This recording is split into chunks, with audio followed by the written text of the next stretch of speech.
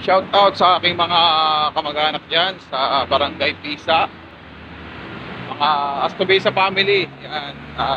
Shout out po sa inyong lahat dyan, yung aking mga kamag-anak sa Barangay Pisa. Lalo na yung mga Ritual family. Shout out Ritual family dyan sa Barangay Pisa, Nakar, Quezon. At lalong-lalo na siyempre yung family ko dyan sa Barangay Gumian, Infanta, Quezon. Ang vlog ko ngayon ay mayroon lang akong ibabahagi sa inyo mga kaidolan na may meaning pala ang salitang buraot. At ngayon ko lang nalaman. May meaning pala ang salitang buraot.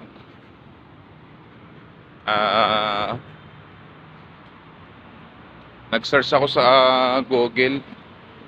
Ang salitang buraot pala, ang ibig sabihin niyan, malalim na salita. Ang salitang buraot.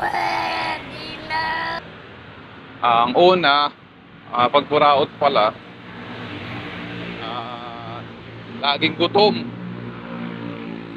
Laging gutom pala pag buraot. Pangalawa, makapalang mukha. Yun. No. Hindi mahiyain.